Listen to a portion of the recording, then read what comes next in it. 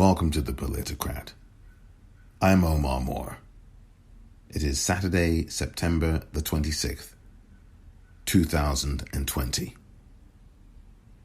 On this episode of the Politicrat, Arizona Secretary of State Katie Hobbs talks about the upcoming general election in the state of Arizona, what voters need to know, and the deadlines for registration, for mailing in ballots, and lots more important info. That's coming up next.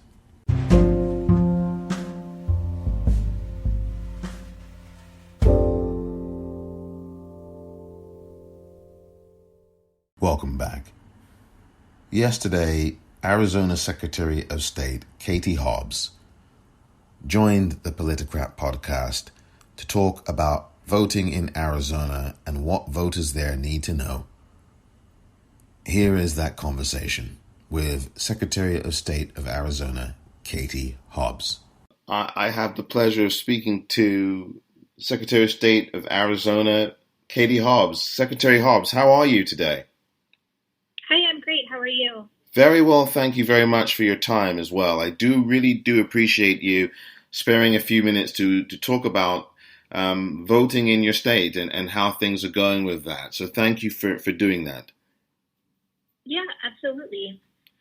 So, Secretary Hobbs, one of the things I wanted to cover is voting and really how you see the process going in Arizona, because obviously we've seen a lot of things in the news, unfortunately, where there are people in Washington, D.C., who are, some people, doing what they can to confuse people. For the sake of Arizona, in your state, Secretary Hobbs, how do you see voting and how are you going about letting voters know that there's nothing to worry about in terms of anything to do with their vote being cast? Yeah. So I think we had already planned to invest in a pretty robust public education campaign. Misinformation was a large focus of that. And so this, is right in line with that anyway. And then when the pandemic hit, there were additional CARES Act dollars directed at the state. And so we were able to really step up that campaign. And I think, combating this misinformation around vote by mail is absolutely directly pandemic related, because that's how we're encouraging most of our voters to participate. So Arizona has a long track record of successful vote by mail. It's very apparent that Arizonans trust the process. 75% of our registered voters are on our state's permanent early voter list. That means they get a ballot for every election that they're eligible to vote in. And we saw record turnout in the presidential preference election that happened back in March, right when the pandemic was just really getting off the ground here. And then we saw record turnout in the state's primary, not just record turnout in overall numbers, but record early voting. 88% of voters participated early. So I think we're getting it right. I think we're taking the lessons learned as we head into the November election. But I think that voters are signifying that they trust the system.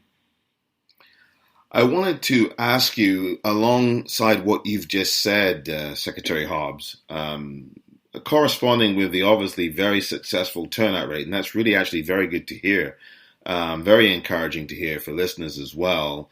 In terms of the amount of people, to your knowledge, who have requested mail-in ballots in advance, we're seeing, for example, in states like North Carolina, a recent report has said that there have been at least 1 million requests there at this point in this election season, versus where 4 years ago there were only roughly about 85,000 requests.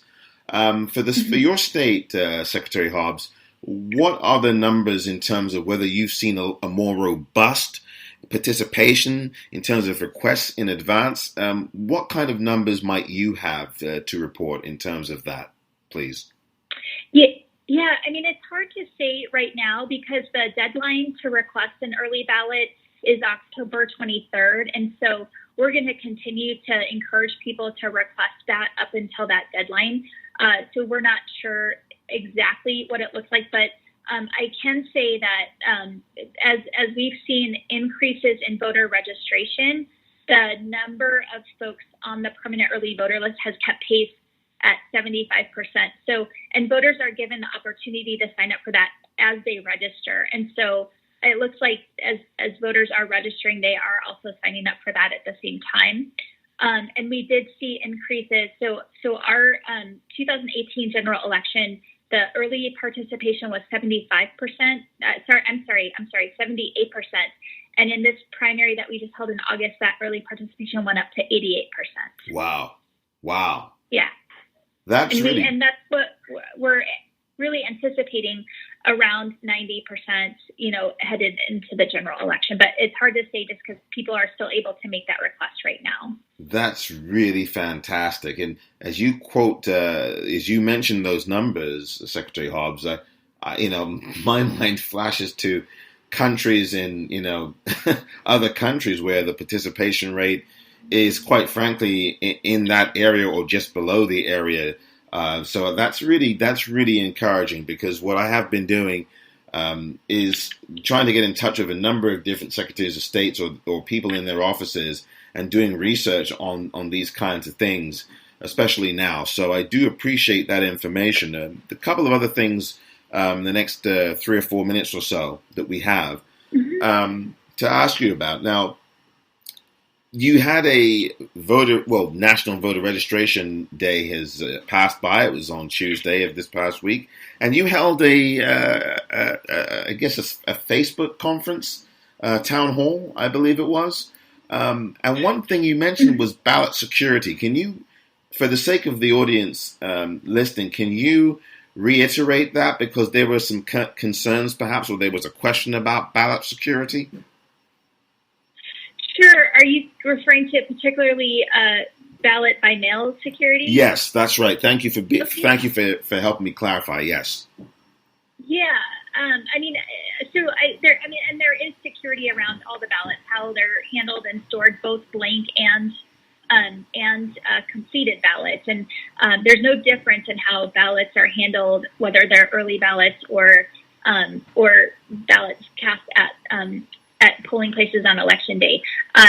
So in terms of voting by mail, I think it's important to, number one, note that no voter who doesn't request a ballot by mail is going to get one. So we don't send unsolicited ballots by mail. The voter has to be registered. They have to request a ballot by mail. Those ballots are sent in tamper-evident envelopes. They have barcodes, so they're tracked by the counties when they are sent out, and then once they're returned, the voter can use that tracking to find out if their ballot's been received, if it's been signature verified, if it's been and that it's ready to be tabulated. And then the signature verification itself, that is how the identity of that voter is verified, and that's done through a rigorous process with trained staff. And then I think there's been also some mention nationally that the ballots aren't anonymous because of the signature, but there's part of the process is as soon as those signatures are verified and that's determined to be a valid ballot, that envelope is separated from the ballot, and you can never reunite the two again. And so there's no someone looking at how a particular individual voted. That's just it's illegal. And it's definitely not part of the process. And then those ballots, once they're processed, are secured until tabulation can begin, and we begin tabulation in Arizona 14 days before the election. And I think an important note about our tabulation process itself, whether it's the early ballots or election day ballots. Election day ballots, voters are feeding into the tabulator at the polling place. But all the tabulation rooms across the state have cameras. And so anyone can go to a county election website, click on live view, and watch the tabulation process as it occurs, starting that 14 days prior to the election. And that point is really something that I hope that people who are listening who are in Arizona pay special attention to. And I will certainly be re-amplifying that once the notes for this particular edition of this podcast episode are prepared, so that there's links. One of the things I put together is a site that has links to every Secretary of State's office, registration deadlines, and in Arizona, the voter registration deadline, as far as I know, is October the 5th. You can correct me if I'm wrong, Secretary Hobbs. Correct. And the thing that I think is very important also is the voter education, and you've obviously talked about that here, because the one question I do want to ask about that, Secretary Hobbs, is about filling out ballots. In some states, Pennsylvania, there's been this whole thing about naked ballots, and I know every state operates differently. Is there something that voters in your state need to know about the filling out of ballots? Obviously, people have to fill them out carefully, because I know that there are states that are very strict, obviously, to make sure that there's integrity in the process, and you've outlined that. Can you talk a little bit about that in the few minutes we have left, in terms of what voters should know about filling these ballots out and how carefully they should be doing it, please? Yeah. If the ballots by mail include instructions, but I think even though there are instructions, then sometimes voters get it wrong, and that's okay. I think what the thing I want to impart mostly is that just because you mark a ballot incorrectly doesn't going to be counted. So you should follow the directions. But for example, there might be stray marks. The counties tell us all the time, like, you wouldn't, like, people write notes on their ballot, like, get this guy out or something like that. And so if there's marks on the ballot that don't allow the tabulator to read it, there's a process for that. And there's a whole adjudication process, so that there's boards that are made up of two people, a Republican and a Democrat, who look at those ballots and determine voter intent. And there's also somebody overseeing this process, so it's not like they're just, it's a very structured process.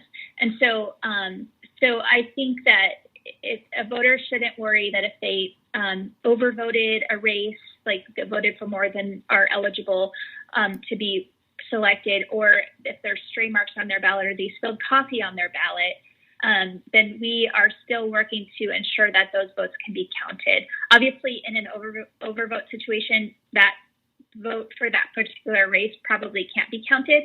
But for example, if a voter crosses out something and marks something else, that adjudication board will be able to look at that, and if they can clearly determine the voter intent, then they will count that vote. I see. And signatures, because I didn't have time, quite frankly, to research this, and I should have before asking you this, Secretary Hobbs. And again, I thank you for your time. Signature situations, obviously, in lots of states. What is it like in Arizona in terms of signatures and matching, if that's done, how that's done? Can you talk about that for a moment too, please? Yes. I mean, a lot of voters don't actually know what signature is on file, and it really depends how you register to vote. If you register through the motor voter portal which is Service Arizona, through motor vehicles, it's going to be the signature they have on file with your driver's license or state ID. If you register on a paper form, it's going to be a clip of that signature that's on the paper form. But people's signatures do change over time, and that's part of the verification process. If there's a question about potential mismatch of that signature, then the county is going to reach back out to the voter to have what we call curing that signature. And so voters do have the opportunity to go in and update their signature if they need to at that point. And that's part of the whole, I mentioned it's a rigorous process with trained staff, and that's all part of that process. Great. And two last quick questions. The Native community, and I do again appreciate your time. The Native community, the Indigenous community, has been especially hit hard by the coronavirus, and it's certainly true in the state of Arizona. I think the rates, 6 or 7 times what I think white people in your state have in terms of contraction of the virus.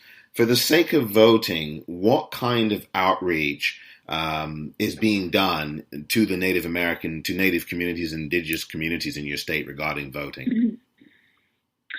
So we have 22 recognized Indian tribes in the state of Arizona, and they all have different conditions in terms of the pandemic, different barriers when it comes to voting. But I think that particularly the largest community by far, the community with the most challenges when it comes to voting, and the most, the hardest hit with the pandemic is the Navajo Nation, which is the upper northeast corner of the state, and it encompasses 3 of our counties.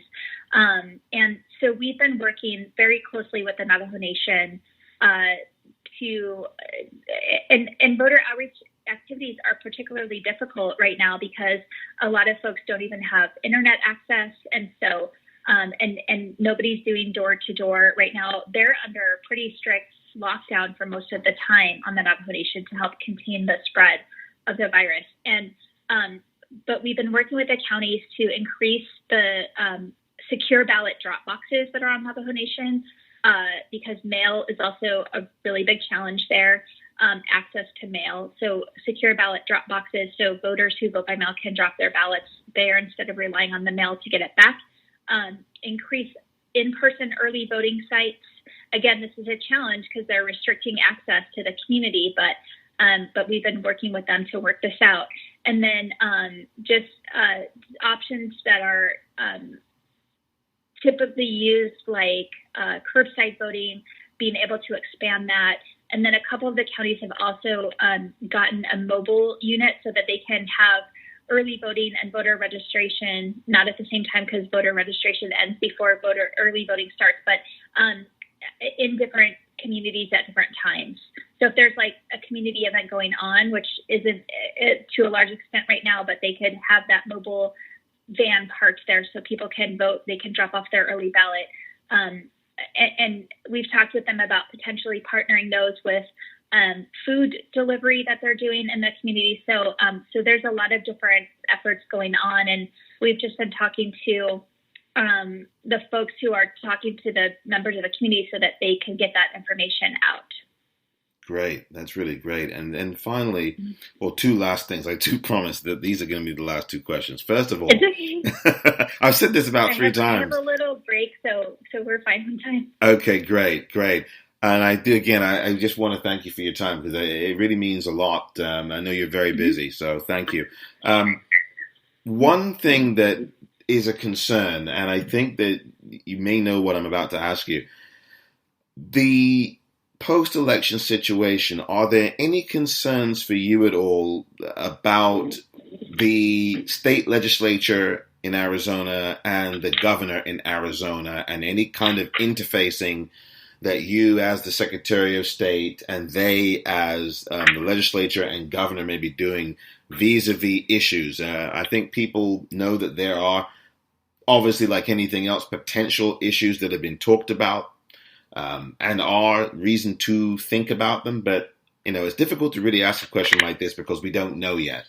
But do you see any potential issues that voters should be aware of or that we should be aware of on a political level with everything? I think maybe my question is not being articulated correctly, but... Yeah, no, I get where you're going. And I know there's just so much speculation out there right now because we are being told to expect unprecedented levels of post-election litigation challenging the results. And I mean, people who were there in Florida in 2000 saying that that's like kindergarten compared to what we're going to see.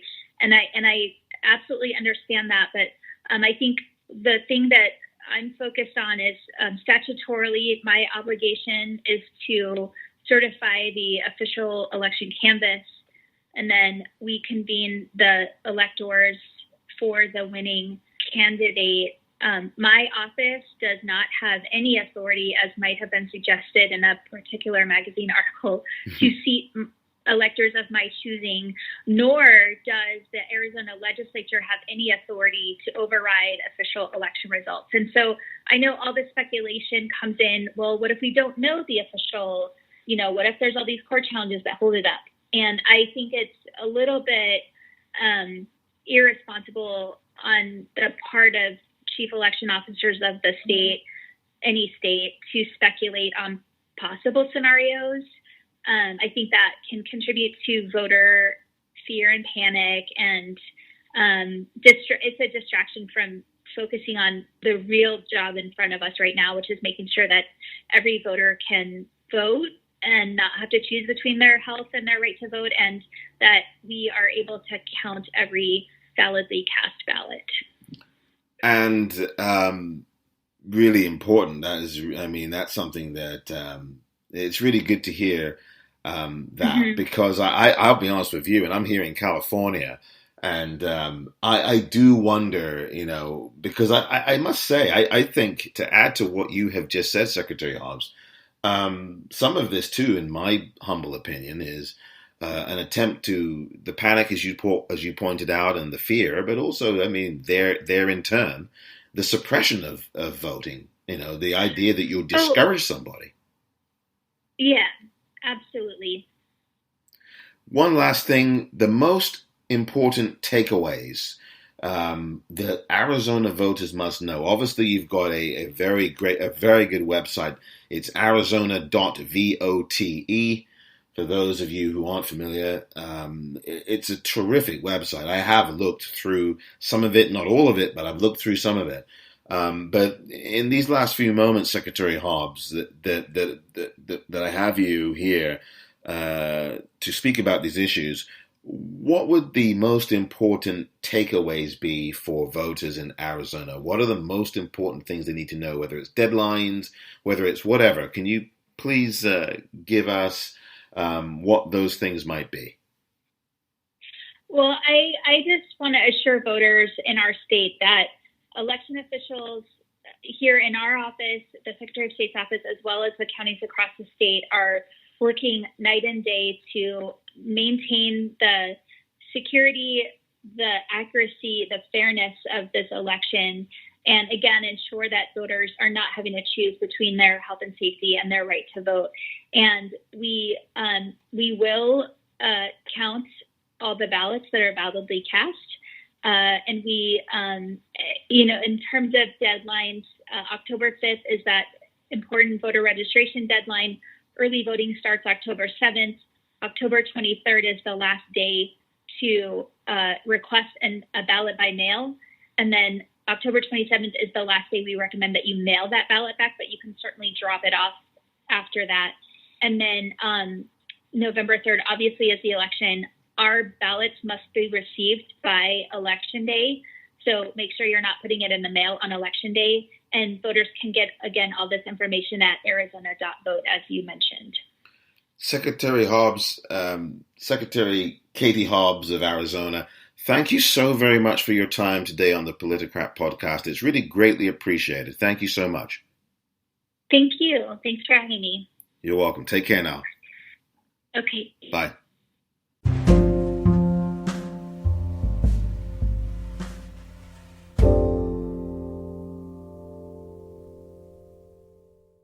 I want to thank again the Secretary of State, Katie Hobbs, who is the Secretary of State of Arizona, for her time.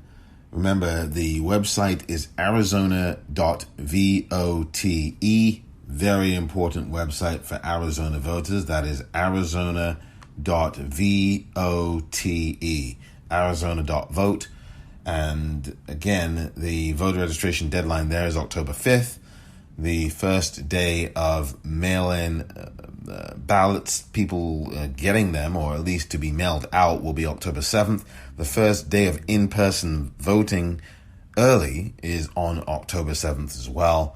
And the last day to request a ballot is the 23rd of October for a ballot by mail. So the deadline in terms of mailing back ballots, you can return it no later than Election Day at a drop box or a voting location. If you want to return your mail-in ballot, you can do it on Election Day.